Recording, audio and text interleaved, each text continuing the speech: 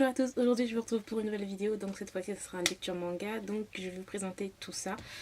Tout d'abord, j'ai lu le quatrième tome de Lesson of the Evil, donc de Eiji Karasuyama, d'après l'œuvre de Yusuke Kishi, donc c'est chez Kana dans leur collection Big, que j'ai vraiment adoré. On est toujours dans la même trame en gros, hein, ce professeur qui est vraiment un être hyper psychopathe, un monstre, voilà, qui manipule tous ses élèves et qui veut, voilà, qui les tue sans aucune peur, hein, sans aucun...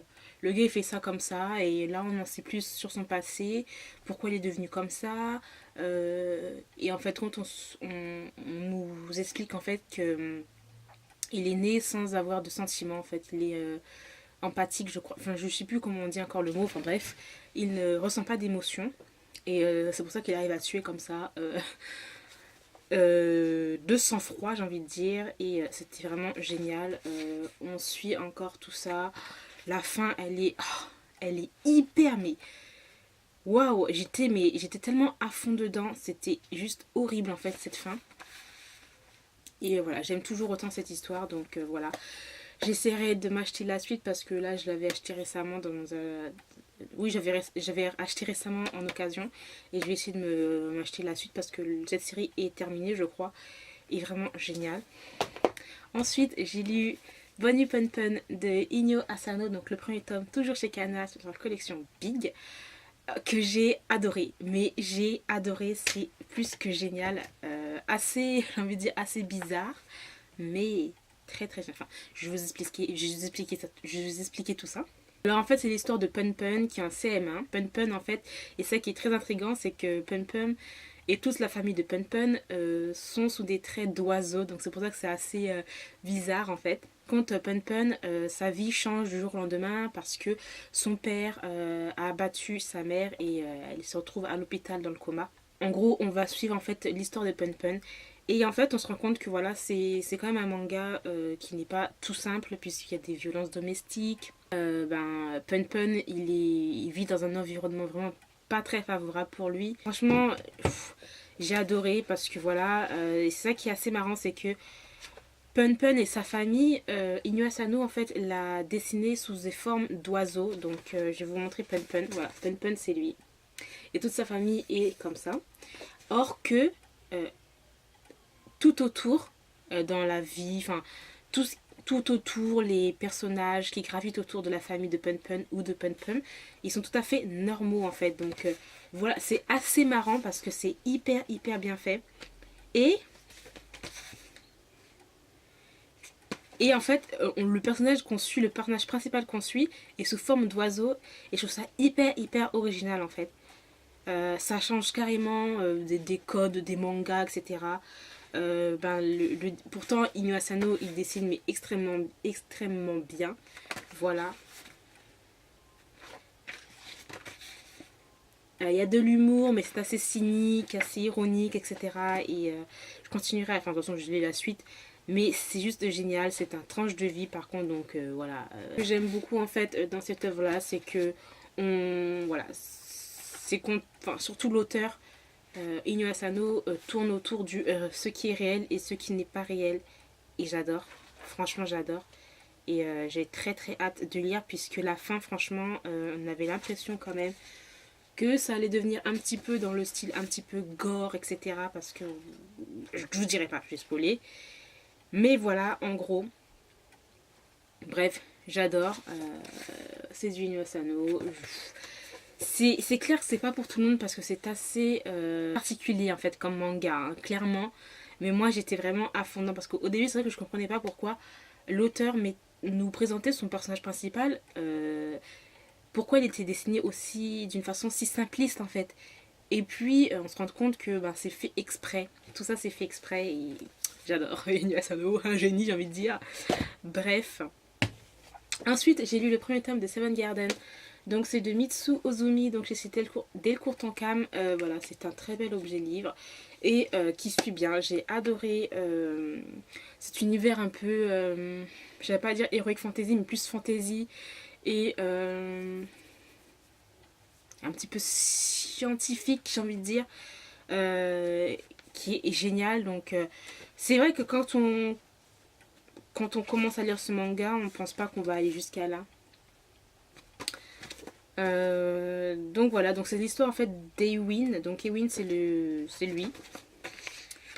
Voilà, donc il est jardinier chez des nobles et un jour il va trouver en fait une sorte de jardin secret et il va rencontrer cette jeune fille qui est un démon mais on n'en sait pas plus parce que dans le tome 2 on aura un peu plus de détails par rapport à ça. Il y a un pacte avec elle et grâce à ça en fait il va, je sais pas si vous allez voir, ces démons, c'est une arme, voilà, grâce à cette arme là ils vont en fait combattre un peu les anges, soi-disant les anges dans ce manga là sont soi-disant des êtres que Dieu a envoyés, etc.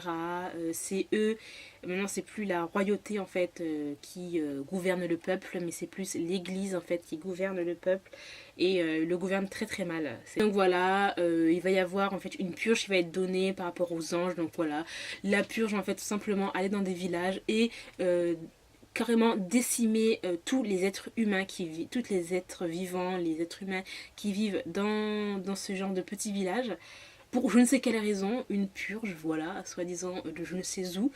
Et Ewin, c'est ça, Ewin, je sais pas comment ça se prononce son prénom en fait, le personnage principal, Ewin, il va signer ce pacte avec la démon qu'il a rencontrée. Et il va essayer de protéger en fait la fille qu'il aime, etc. Enfin bref, c'est ça. Et franchement, j'ai adoré. Les dessins sont vraiment très très beaux. Par exemple, je vais vous montrer. Voilà. Les dessins sont vraiment pas mal. Je trouve qu'ils sont magnifiques. Et je l'ai lu assez rapidement. C'est aussi un petit côté humoristique dedans.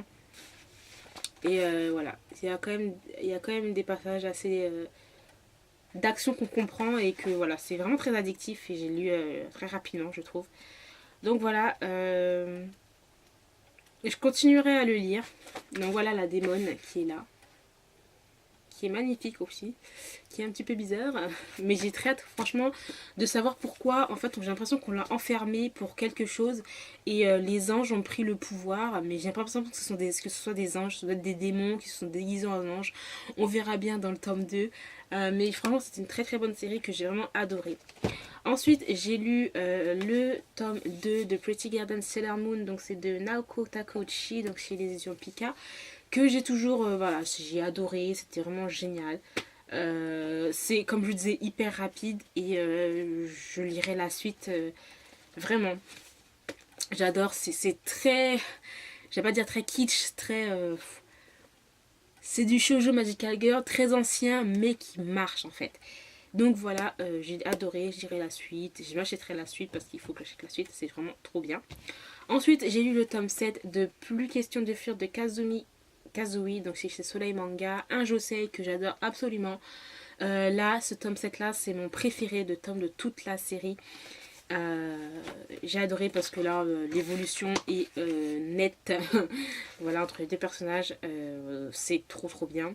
Malheureusement on sent que la fin il va y avoir, je sais pas, peut-être dans la famille de ce personnage là, j'ai l'impression qu'il y a une personne qui doit être malade ou qui, voilà, il y a un truc qui se passe et je pense qu'il avait vraiment commencé à avancer de quelques pas et peut-être à cause de ça il va reculer.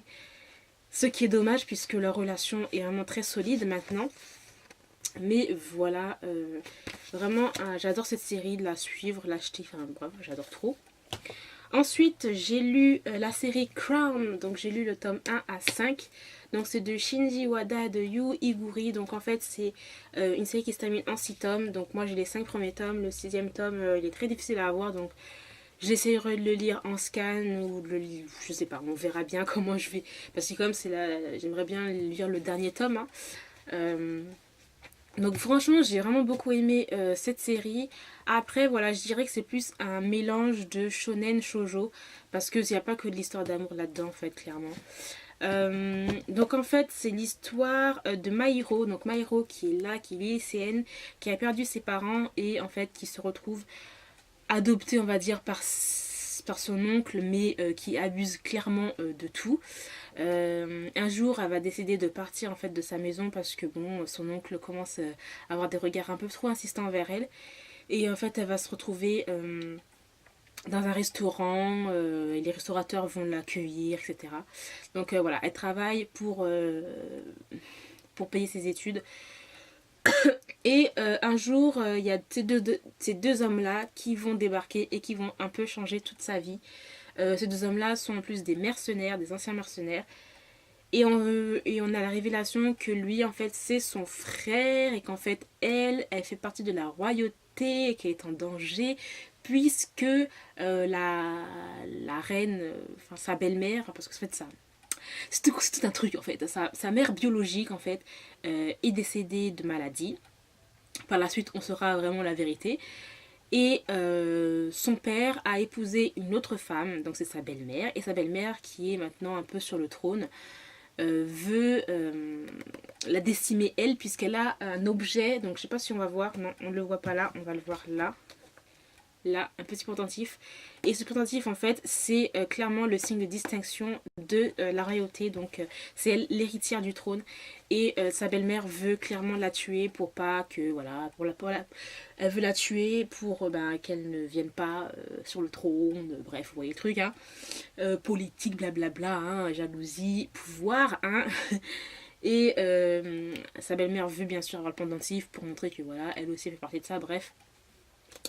Et voilà, donc en fait c'est un peu cette histoire là et les dessins sont vraiment jolis. Après il y a par moment elle, je trouve qu'elle est merde, Maïro, je trouve qu'elle était un petit peu trop naïve, un petit peu trop saoulante, vous voyez les trucs ouais, les héroïnes de shoujo là saoulantes comme ça là, genre mignonnes qui comprennent rien, bref un truc dans le genre. Voilà, des fois voilà, ça faisait des petits trucs, des petites têtes comme ça. Bon moi ça m'a saoulé, je dis c'est bon quoi. T'as pas 12 ans ma fille.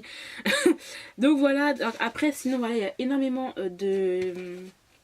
d'action, etc. Donc c'est pour ça que je dirais que c'est entre le shonen et le shoujo, parce que c'est clairement pas sur une histoire d'amour. Là on n'est pas concentré là-dessus. Et c'est vraiment très très bien. Après, par la suite, en fait, merdasse. Alors, par la suite des tomes, en fait,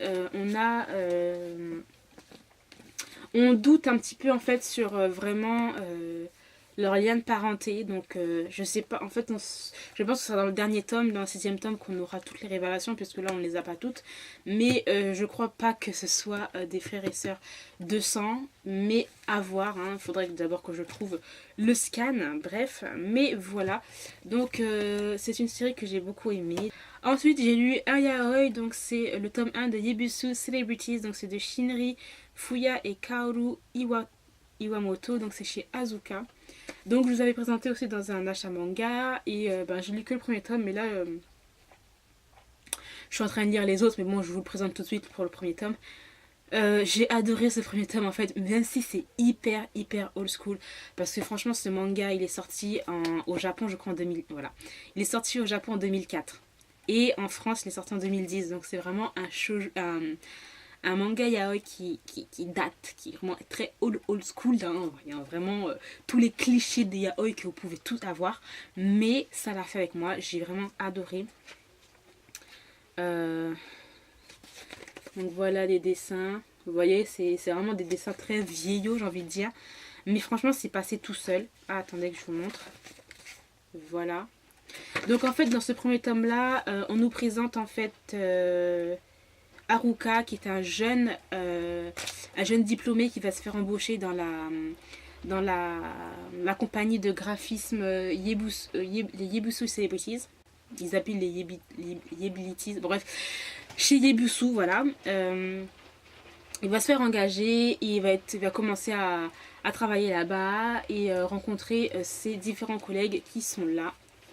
Voilà, et bien sûr, il va y avoir de l'attirance entre ces deux-là. Ce que j'ai bien aimé, c'est que c'était pas vraiment hyper rapide dans la relation tout de suite. Tout de suite, ils couchent ensemble, etc.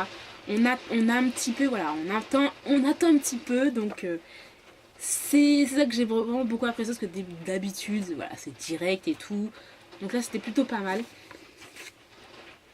Et en fait je pense qu'on va suivre aussi les histoires d'amour des autres. Là c'est les deux personnages principaux, mais je pense que dans les prochains tomes on va suivre aussi les collègues, puisque vers les derniers quart du manga en fait on a une histoire sur un autre collègue. Je pense qu'on aura encore vraiment sur toutes les... parce que j'ai l'impression qu'ils sont tous gays là-dedans. J'ai l'impression qu'ils sont tous gays là-dedans.